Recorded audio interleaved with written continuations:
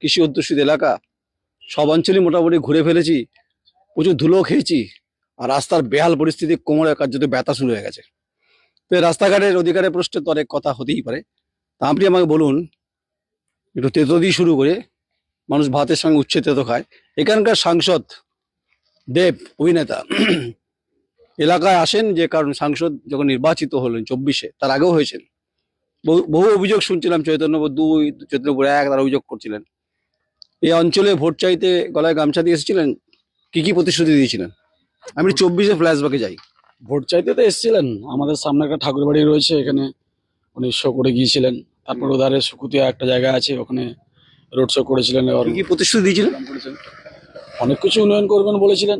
তো এই এলাকায় আমরা খুব একটা দেখিনি, মানে তারপরে আর দেখতে পাইনি আমরা। মানে এটা তো দুর্ভাগ্য, একটা গণতান্ত্রিক ব্যবস্থার সঙ্গে আপনারা ভোট দিলেন, না বলি ভোট দিলেন, তাকে সাংসদকে পেলেন না, আর ঘাটাল মাস্টার প্ল্যান তিনি বলছেন করে দেবো। কি করে সম্ভব? ঘাটাল মাস্টার প্ল্যান ব্যাপারটা উনি বলেছেন করে দেবেন, এখন তো আবার খবরের কাগজে দেখছি নাকি শুরু হয়েছে। তো সেটা ঘাটালের যারা বাসিন্দা তারা বলতে পারবেন। এটা তো লোকসভার মধ্যে পড়ে। হ্যাঁ, লোকসভার মধ্যে পড়লেও আমরা তো Panskura, particular Ghatal master plan থেকে পাঁশকুড়া খুব সামান্য উপকৃত হবে, কিন্তু ঘাটালের মানুষের নিশ্চয়ই উন্নয়ন হবে সেটা। কিন্তু আমাদের এই এলাকায় লোকসভা পরে আমরা দেবকে দেখতে পাই।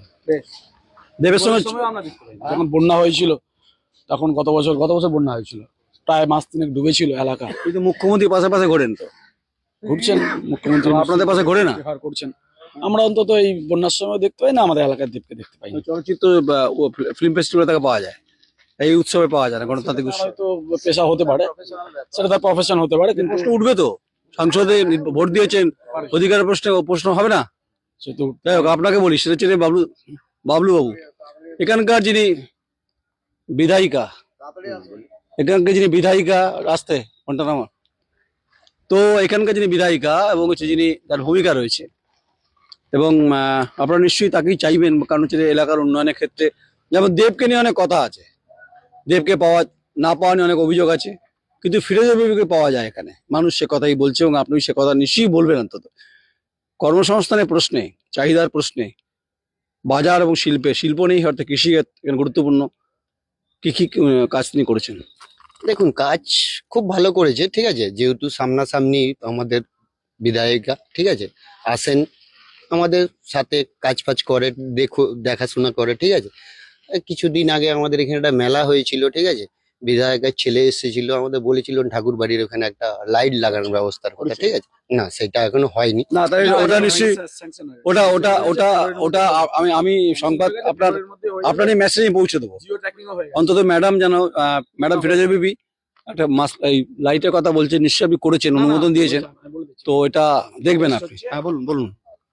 হয়েছে ফেব্রুয়ারির মধ্যে, এটা হয়ে যাবে বলছে, কারণ হচ্ছে স্বরূপদা বলছেন এটা হয়ে যাবে, ওটা হয়ে যাবে, ঠিক আছে। তাহলে ওটা হয়ে গেলে, মানে কোনো অভিযোগ নেই তো? অভিযোগ না, আমাদের যেগুলো সুখ দুঃখের সাথে আমরাও গেলে কোনো একটা সার্টিফিকেট জন্য গেলে যখন তখন পাই মোটামুটি। প্রসেনজিৎ দা, আচ্ছা, পেশায় আপনি কি? আমি প্রাইভেট টিউটর। মানে শিক্ষক। আপনি তো ছাত্র তৈরি করেন, ছাত্র ব্যবস্থা বুনিয়াদী স্তরে খুব গুরুত্বপূর্ণ। এখানে শিক্ষার অগ্রাধিকারের ক্ষেত্রে প্রাইমারি বলুন, মাধ্যমিক বলুন, উচ্চ মাধ্যমিক বলুন, কলেজ এখানে তো অনেকটা দূরে, খুব একটা দূর নয়। কি অবস্থা শিক্ষার অগ্রগতির ক্ষেত্রে, পরিস্থিতি কি পশ্চিম? শিক্ষার অগ্রগতির ক্ষেত্রে যেমন চলছে তেমন, অ্যাকচুয়ালি আমাদের অভিযোগ যদি থাকে সেটা পুরো শিক্ষা ব্যবস্থা নিয়ে।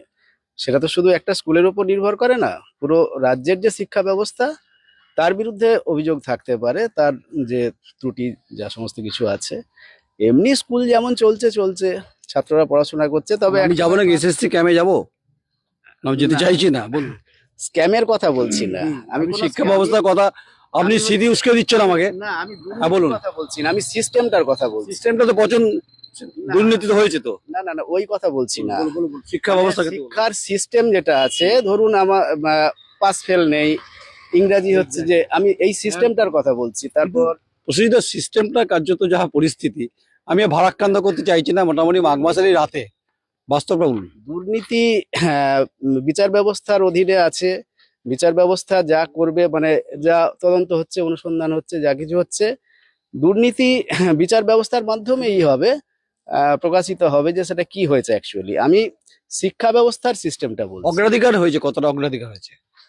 অগ্রাধিকার যেমন চলছে, নজর নতস্ত। হ্যাঁ, নড়ছেও না চড়ছেও না, মানে কি? কথা, হ্যাঁ বলুন। শিক্ষা ব্যবস্থা যে সম্পর্কে যেহেতু বললেন যে হ্যাঁ টিচারদের টিউশন পড়ানো নিষিদ্ধ, কিন্তু এলাকায় তো প্রচুর টিচার টিউশন পড়াচ্ছে, এরকম ব্যাপার এই আছে। অভিযোগটা কাকে করবে? এখন কাকে করবে? আমাকে বলতে পারেন না অভিযোগ করে, না, তাহলে আপনাকে বলতে হবে যে শিক্ষামন্ত্রীকে, ব্রাত্য বসুকে বলতে হবে। আপনি বলুন ব্রাত্য বসুকে, এখান থেকে বলুন। শিক্ষামন্ত্রী নয়, এখানে ব্যাপার হচ্ছে আমাদের যে সমস্ত অফিস আছে, ডিআই অফিস বা তাদের এগুলো দেখা কাজকর্ম করে ডিআই অফিস, কাজকর্ম করে নাকি ঘুমায় বসে বসে? হয়তো করে না, নাহলে এরকম চলবে কেন? শুধু পান জর্দা খায় নাকি? হ্যাঁ, বাস্তব সেটা বলতে এটাই। পারবো না, কিন্তু বেশ। হচ্ছে না। হচ্ছে না, মানে পান জর্দা আর হচ্ছে যে সুপরি খেতেই ব্যস্ত তারা। কারণ কথাটা ঠিকই বলছেন, ভুল কিছু বলছেন না। শিক্ষার অগ্রাধিকারের প্রশ্নে এখানে বহু শিক্ষক আছে, তারা শিক্ষকতাও করছেন আবার প্রাইভেট টিউশন চালাচ্ছে, মানে ওই দুটো ডবল ইনকাম, ডবল ইঞ্জিন। আমরা যারা এমএ পাস করে এবং পড়াচ্ছি হ্যাঁ। tuition, তারা ছাত্র পাচ্ছি না, কিন্তু স্কুলের টিচার যেহেতু প্রচুর টিউশন পাচ্ছে। আজকাল অভিযোগ বেশি যাবো না, আমি অভিযোগ করলে অনেক বড় অভিযোগ হয়ে যাবে। আচ্ছা, সেটা হচ্ছে যে, আনন্দ করাই। হ্যাঁ, কি করো ভাই? আমি একটা হুঁশিয়ারি নিয়ে কাজ করি, ঠিক আছে। কত ইনকাম হয়? ইনকাম 6,000 টাকা। চলে এতে? চলে, চলি যায় আর কি। এমএলএ এর সঙ্গে দেখা হয়? না না, দেখা হয় না। এমপি কে চেনো? না, মুখ্যমন্ত্রীর নাম কি? মুখ্যমন্ত্রীর নাম কি? প্রধানমন্ত্রীর নাম কি? রাষ্ট্রপতির নাম কি? জানি না। আনন্দ ঘোড়াই কি করেন আপনি বললেন? হুঁশিয়ারি লাইনে কাজ করি। আচ্ছা, হুঁশিয়ারি ব্যবস্থার সঙ্গে জুড়ে আছে, ওনাকে অসম্মান করছি না। এটা খুব দুর্ভাগ্যজনক যে রাজ্যের মুখ্যমন্ত্রীর নাম না বলা। আমি ওকে ছোট করছি না, প্রধানমন্ত্রী রাষ্ট্রপতি নাম জানে না, এটাকে ওর কোনো দোষ নেই, সিস্টেম ব্যবস্থা এ দায়ী তার জন্য। সেটা হচ্ছে যে বংশীবাবু, তাই তো? বংশী, আপনি কি করেন? আমি মার্বেলের মিস্ত্রি, মার্বেলের কাজ করি। কেমন চাহিদা, বাজার কেমন এখানে? বাজার আগের তুলনায় অনেকটাই কম। কেন? মানুষের হাতে ইনকামের ব্যবস্থাটা কম। আমাদের তো যারা বাড়িতে কাজ করি তারা বাইরে থেকে ইনকাম করে নিয়ে আসে, বা আমাদের এইখানের অর্থনৈতিক অবস্থাটা খুবই কম। আগে আমরা বাজারে যে রেটটা পেতাম, এখন কাজ ধরতে গেলে তার চেয়ে খুব কম, কম বাজেটেই কাজ করতে হয়। আমাদের লাভ্যাংশের পরিমাণ এখন খুবই কম, মানে টিকে থাকার মতো। মানে ফ্ল্যাট কি হচ্ছে না এখানে? না, হচ্ছে যারা বাইরে মানে পুকুর বুঝিয়ে ফ্ল্যাট হচ্ছে নাকি এখানে? না, সেরকম ফ্ল্যাট এখনো আমাদের হাতে আসেনি। তবে যেটুকু কাজ হচ্ছে ওই টিকে থাকার মতন আর কি। খুব আহামরি কাজ বা এই লাইনে থেকে যে বেশ কিছু অর্থনৈতিক ডেভেলপমেন্ট হবে সেরকম হচ্ছে না। যেহেতু কৃষি অধ্যুষিত এলাকা, যেহেতু পৌরসভা মধ্যে পড়ছে, এটা কি পড়ছে না, ফলে যখন পৌরসভার গন্ধ নেই, অবৈধ নির্মাণও নেই। আচ্ছা, বরুণবাবু, আপনি পেশায়? স্পোর্টসম্যান। আপনার চেয়ারে সে কথা বলে খেলা ধরো কি, মানে স্পোর্টস তো অনেকগুলো পার্ট আছে, কোনটা? বেসিক্যালি খোখো অ্যান্ড যোগা নিয়ে থাকে। এইটা হচ্ছে খুব গুরুত্বপূর্ণ, যে যোগা এবং খোখো, যেটা গ্রাম বাংলা আগে প্রচুর দেখা যেত, যেটা আস্তে আস্তে এই নেট দুনিয়া দৌলতে আর সব ক্রিকেট আইপিএল হয়ে গেছে, ফুটবল হয়ে গেছে, যার ফলে এই খেলাটা, এই খেলাধুলার বিষয়গুলো গুরুত্ব না কেন্দ্র না রাজ্য দিচ্ছে। কোনো অভিযোগ এই ব্যাপারে সরকারের? অভিযোগ বলতে বলি, অ্যাকচুয়ালি আগে বলি যে খোখো একটা সময় গ্রামাঞ্চলে ছিল, এখন এটা কিন্তু অলিম্পিকে চলে গেছে।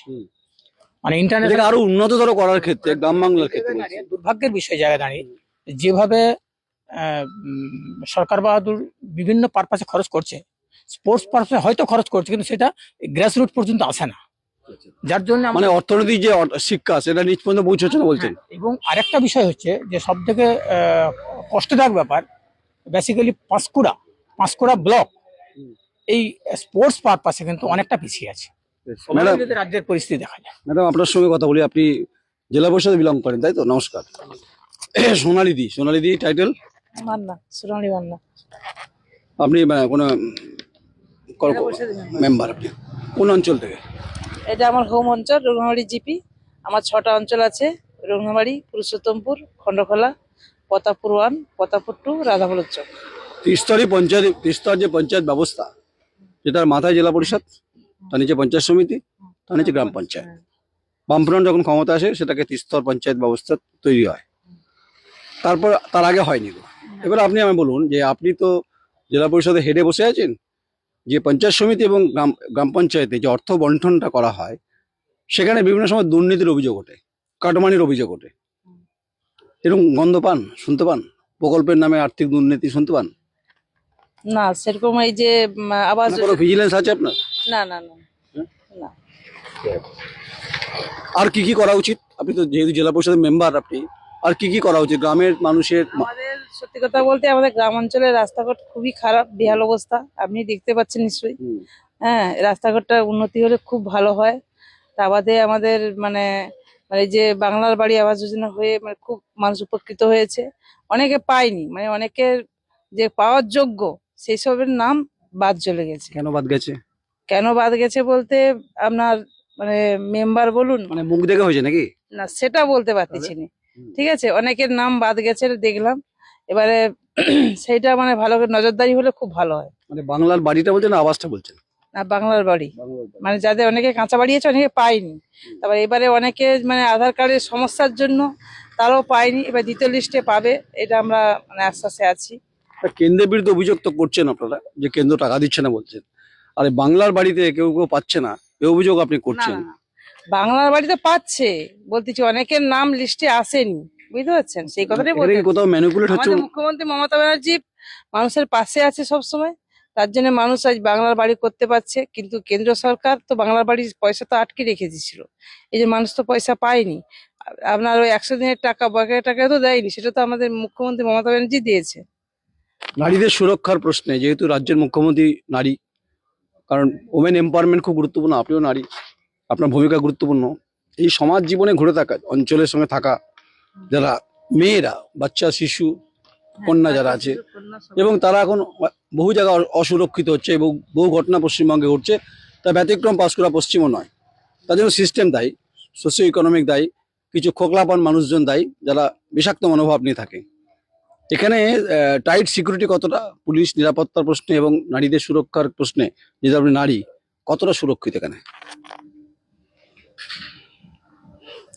এখানে সুরক্ষাটা অনেকটাই ভালো আছে, মোটামুটি সেরকম সমস্যার মধ্যে নেই। হ্যাঁ, নারীরা অনেকটাই সুরক্ষিত আছে। বেশ। সৌদা, এটা হচ্ছে যে সনিধি ঠিকই বলছেন, সুরক্ষিত উনি বলতে পারবেন, উনি যেহেতু এই অঞ্চলে থাকেন। এটা এটা কিন্তু খুব গুরুত্বপূর্ণ বিষয়। এটা আমরা সেই রকম যে কোনো প্রবলেম আমরা সেরকম ফেস করি এই জায়গাটায়, না হওয়াই ভালো। আসলে আমরা সেরকম ফেস করিনি। বাইরে যা শুনি, সেটা এখানে ওইরকম সমস্যা খুব একটা নেই। এটা অনেক বেশ রয়েছে এই ব্যাপারে, প্রশাসনও সচেতন রয়েছে, বা সেরকম কোনো ঘটনা আমাদের এখানে হয়নি। আমরাও সচেতন রয়েছি, মানুষজনও সচেতন রয়েছে, প্রশাসনও সচেতন রয়েছে। শুনুন, সেটা হচ্ছে যে জায়গা আমি দাঁড়িয়ে কথা বলছি, বাবলুদা, সেটা হচ্ছে একটু বিপ্লবের মাটি। এটা হচ্ছে মাতঙ্গিনী হাজরা, ক্ষুদিরাম বোস, সুশীল সামন্ত, সুশীল ধারা, সতীশ সামন্তের মাটি, তাম্রলিপ্ত, ইতিহাস বর্ণময়। এবং সেই মেদিনীপুর, তখন তো একটাই ছিল মেদিনীপুর, সেই মেদিনীপুর বিপ্লবের মাটিকে কোনোভাবে অস্বীকার করা যাবে না, কারণ ভারতবর্ষ স্বাধীনতার ক্ষেত্রে এদের ভূমিকা অনবদ্য। ঈশ্বরচন্দ্র বিদ্যাসাগরের বসত বাড়ি বীরসিংহ। এইখানে কোথাও না কোথাও ঘটনা প্রবাহ ঘটলো, যা অত্যন্ত দুঃখজনক বলে মনে হচ্ছে বেশ কিছু ঘটনার ক্ষেত্রে। এটা হওয়া উচিত না, অ্যাকচুয়ালি এটা হওয়া উচিত না, কিন্তু এইটাও উচিত, যেহেতু আমাদের মেদিনীপুরের মাটি। দুনিয়া একটা কথা আছে, মেদিনীপুরের মাটি দুনিয়ার ঘাঁটি, ঠিক আছে? আর মেদিনীপুরের রাজনীতির জীবন থেকে মেদিনীপুরের সব থেকে সেরা ঘাঁটি বলা যায়, শক্তশালী ঘাঁটি হচ্ছে মেদিনীপুর ঘাঁটি। মানে আমি আপনাদের মাটিকে অসম্মান করতে পারছি না, আমি বলছি না, মাটিকে নমন করে বলছি, এই মাটি অনেক কিছু দিয়েছে দেশ স্বাধীনতার আন্দোলনের ক্ষেত্রে, ভূমিকার ক্ষেত্রে এ বিরাট। কারণ আমরা গর্ব অনুভব করি, স্বাধীনতা পীঠস্থান যাকে বলা হয়, সেখানে কোথাও না কোথাও কলঙ্কিত হচ্ছে বিভিন্ন ঘটনা পরিপ্রেক্ষিতে। দেখুন, কিছু কিছু লোক আছে কলঙ্কিনের করার জন্য, কিছু কিছু আছে, তারই মধ্যে কিছু লোক ভালো আছে, ঠিক আছে? আমরা ভালোকেই নিয়ে যদি এগিয়ে চলতে পারি, আমি মনে হয় পরবর্তীকালে দিদি জয়ী হবেন। আপনাদের প্রত্যেককে স্বাগত, অভিনন্দন দা কোয়েরির তরফ থেকে। আপনারা প্রত্যেকে ভালো থাকবেন এবং সমাজকে সুরক্ষিত রাখবেন, এবং আপনার অনেক বড় ভূমিকা রয়েছে। তো বিধায়ক প্রতিনিধি যে জহিরুল ইসলাম, আমরা কিন্তু জহিরুল ইসলামকে এখানে পাই, আমরা প্রয়োজনে পাই, কথাবার্তা বলতে পারি, অনুষ্ঠানে পাই, আমাদের সাথে প্রায় চা খেয়েও গিয়েছেন, যে কোনো বিপদে পাই। ওই যে লাইটটার কথা বললেন, উনি স্কিম দিয়েছিলেন। আমাদের অঞ্চলে 3টে বড় লাইট, একটা আমার ওখানে ঠাকুরবাড়ির সামনে, একটা কামিনাচক আমাদের টিপুলের গোড়ায়, আর একটা হচ্ছে ইটার হসপিটালে। 3টেই উনি করেছেন। অ্যাকচুয়ালি যে কোনো সময় আমরা জহিরুল দাকে পাই। ফিরোজা বিবির যে সন্তান তাকে পান এখানে, স্বাভাবিকভাবে উনি সে কথাই বলছেন।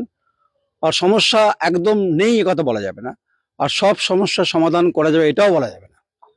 সমস্যার মধ্য দিয়ে জীবন বোধকে এগিয়ে নিয়ে যেতে হবে। সরকারের ভূমিকা গুরুত্বপূর্ণ। সবসময় পোস্টমর্টম করলে হবে না, সমালোচনা করলে হবে না, কারণ বিপ্লবের মাটি অনেক কিছু শেখায় আমাদেরকে।